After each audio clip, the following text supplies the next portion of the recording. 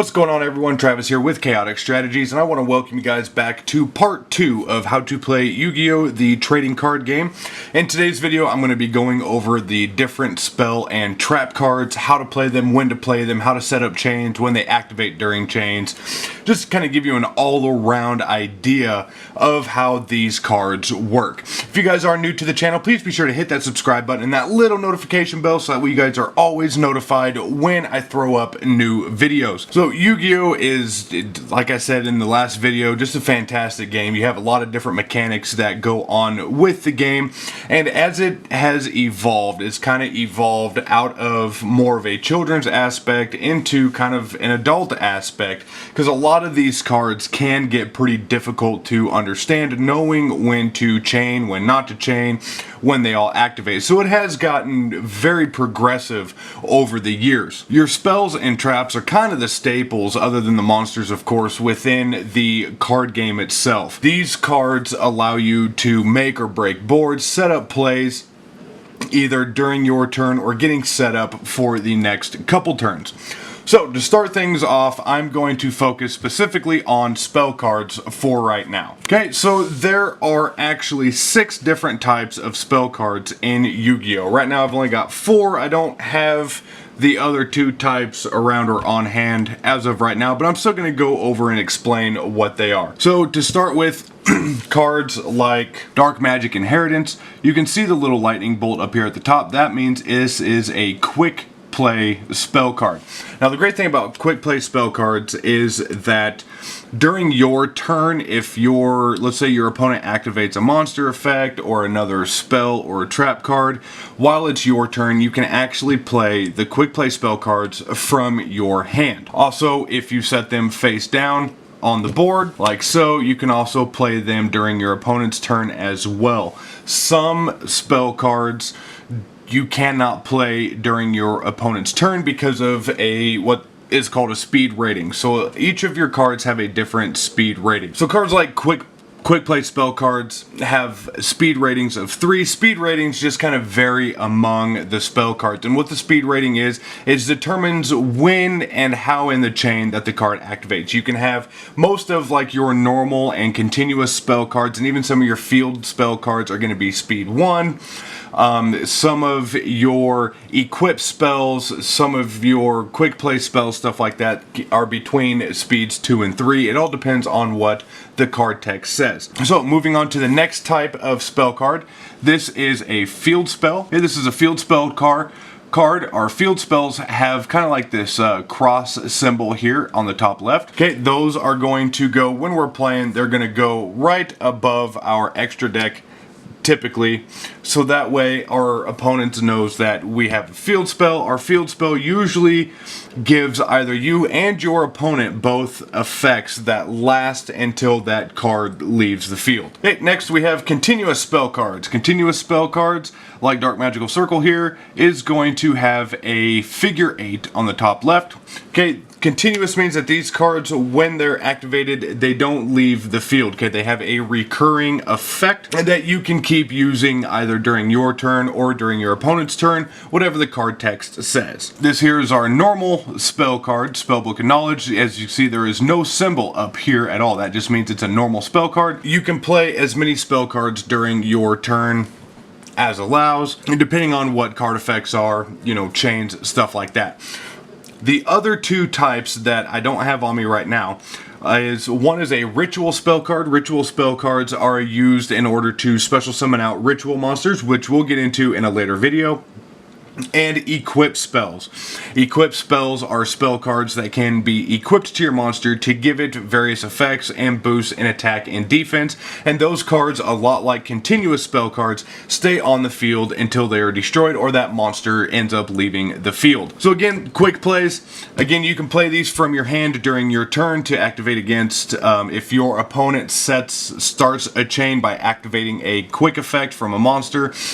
You can usually chain to that with a quick play spell from your hand. Like I said, all the spell cards can be played face up during your turn. Like our field spell, we can immediately come in and play our field spell from our hand, and then the field has those effects applied to it. We can also play spell cards a lot like trap cards. Whereas if I wanted to have Dark Magic Inheritance play during my opponent's turn, I can set Dark Magic Inheritance face down. Once my opponent starts a chain by activating effect, then I can choose to flip and activate this. The effect resolves backwards. So anytime that there's a chain, the last person in the chain, that effect is going to resolve first, and then it goes backwards from there. So if my opponent activated a quick effect monster, and then I activated Dark Magic Inheritance, and then they activated a counter trap to negate my Dark Magic Inheritance, their effect is going to roll first because they were the last one in the chain. It negates my Dark Magic Inheritance, so Dark Magic Inheritance is negated, goes to the graveyard. My opponent's monster effect then rolls after that. Okay, so pretty straightforward. Just make sure to remember, however many chains that there are, you revolve backwards. Okay, and that's pretty much it for the spell cards. I'll get into a separate video going further into detail about how the speed ratings actually work. It actually gets pretty involved to know when and how a lot of these cards activate in certain chains. That's more or less kind of a advanced knowledge within the game. Big tournaments, you know, the meta game, they focus a lot on speed ratings because there are certain times the cards can and can't affect. And also if you're playing against foreign cards, since foreign cards are worded differently, effects revolve differently with those cards as well. So that's pretty much straightforward with the spell cards. So moving into the trap cards, there's only 3 different types of trap cards in the game. Now in the R manga series, there are 2 more trap cards, so there's a total of 5 trap cards according to our manga, but they're not in here. In the manga, there were actually equip trap cards and field trap cards, but within the actual card game itself, those do not exist. So, to start off with, like Eternal Soul here, this is a continuous trap. Again, the figure 8 next to where it says trap card tells you what it is, and they're pretty much exactly like spells. Okay, these have revolving effects that stay on the field during either your turn or your opponent's turn until that card leaves the field. We also have counter traps that kind of has this reverse arrow up here. That's a counter trap, and counter traps typically have the fastest speed rating in the game. So whenever somebody typically activates a counter trap against you, nothing else can be really activated to counter that counter trap unless it's another counter trap card or a monster quick effect are really the only 2 things that can stop that from happening. And then of course, with like our Magician's Navigation here, normal trap cards. Okay, the way the trap cards work is, unless specified differently, when we're playing our trap cards, we can't play trap cards like we can spell cards. We can't just throw them down during our turn. Trap cards have to be set, and then they can either be played during your opponent's turn, or when it revolves back to you, we can then play trap cards. Again, there are some trap cards that allow you to like search your deck for a trap card, set it, and then it can be activated during your same turn if it needs to. But again, that just all revolves around the text that's actually printed on the cards. And that's pretty much, I mean, straightforward with how these particular mechanics work.